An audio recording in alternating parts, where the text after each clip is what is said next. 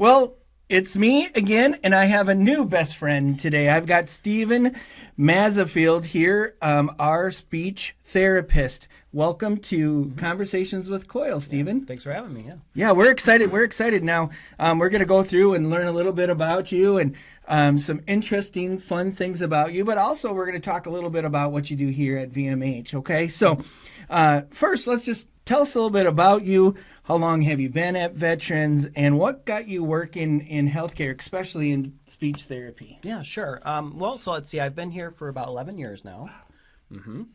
I'm from Chicagoland area originally. We moved out here 2013.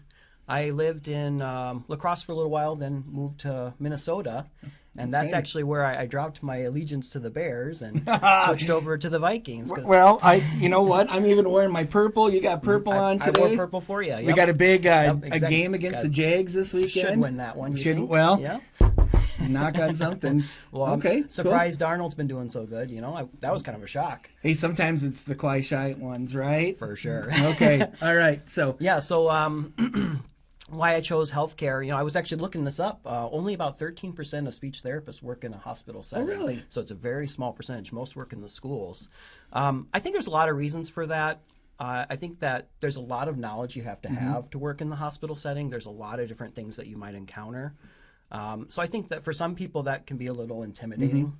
Yeah, but I love it. I love working with the patients. I love that I get challenged with all kinds of different things. So even if you've worked with one person or 100 people with strokes, you know, the 101 is going to be totally different. Oh, wow. Yeah, so it just changes every day. So of all the things you could have done in the healthcare field, why did you choose speech therapy? Yeah, sure. I mean, that one kind of fell on my lap a little bit.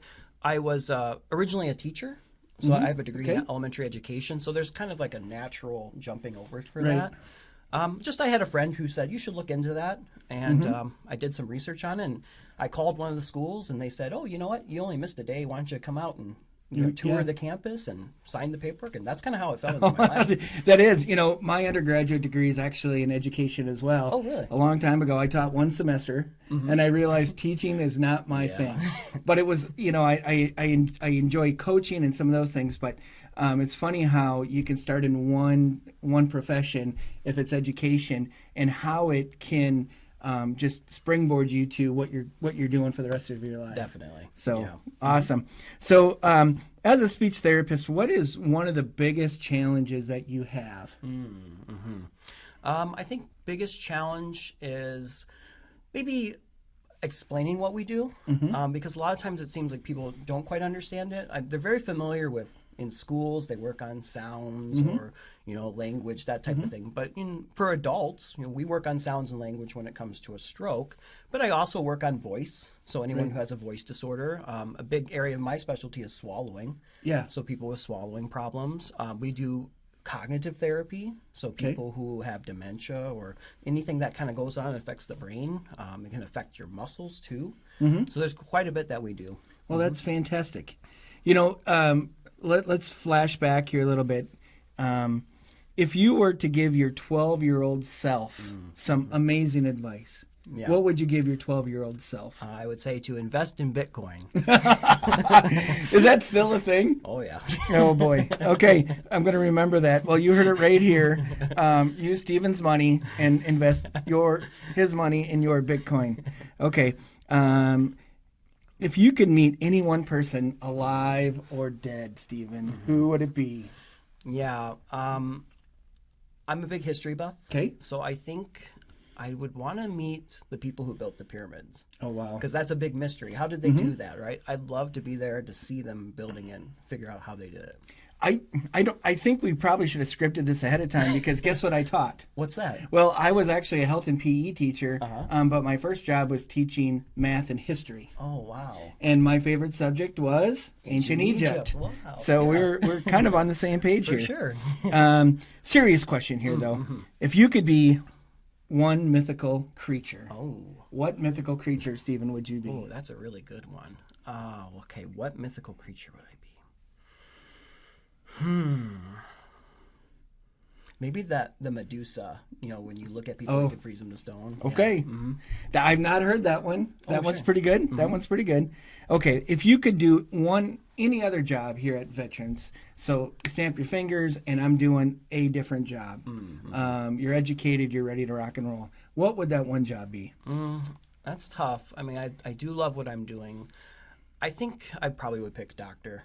Would you? Yeah, that'd probably be the next Any thing. specialty? No, Just family practice? yeah, probably family practice. Yep. Okay. What's one piece of advice you give someone just getting into healthcare? So it doesn't matter what degree, but just getting into healthcare from their education. What piece of advice would you give them? Well, I think this probably does go for most people, but every day is different. You're going to encounter different things, even if it's the same kind of patients that you're working with. Everyone brings their own history, good or bad, with them. So you kind of have to roll with the punches. Sometimes you're going to have a good interaction with someone, and sometimes you're not. It's not always about you, right? You just kind of have to, okay, well, maybe they're just having a bad day. So, yeah, don't take things personally and just do your best to try and help people out. Great advice. I love it. Tell us something that makes you interesting. Oh, I think there's quite a bit that's interesting. So, At least one, then. Okay.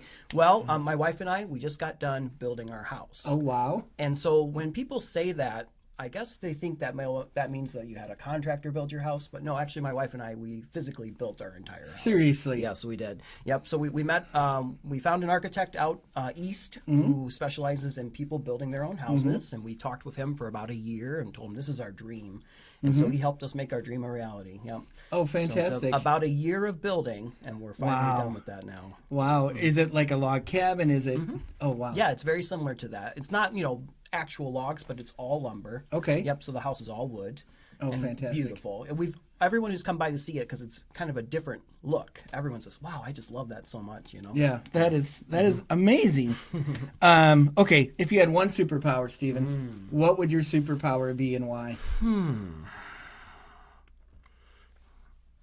I got to go with flying, right? Okay. That's great. I mean, just to be able to fly around and see different things. Yeah. My grandkids live 9 hours away, and man, it's just like I want to get there. So this 9-hour drive is killing me. Flying, I think, would be perfect. Help out a lot.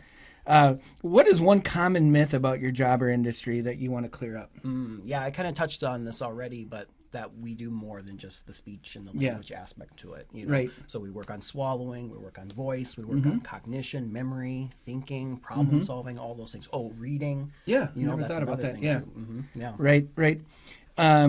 If you could change one thing at VMH, one big thing, doesn't matter what it is, what would that one thing be that you would change? Insurance. Yeah. So that's kind of the biggest thing I run into is there's people who have the need, but then of course insurance will only cover so many visits in some cases. Yeah. So that's the biggest thing I would change. We've already heard that answer a couple times when we've said that. So, well, any last minute advice for our listeners today? I guess don't be afraid to do something new, to do a big project. It'll help you grow and get stronger. Yeah. I love it. I love it. Well, hey, Stephen, it was great that we took some time to get to know you and what you do for our patients and our community here at VMH. And it's fun to hear what your superpower is and the people you would like to meet. So, all right, I'd like to give a big shout out to Michael Mitchell, the best producer in all of VMH history. Thank you, Michael. And I look forward to our next guest. So we'll see you again in a couple weeks, everybody.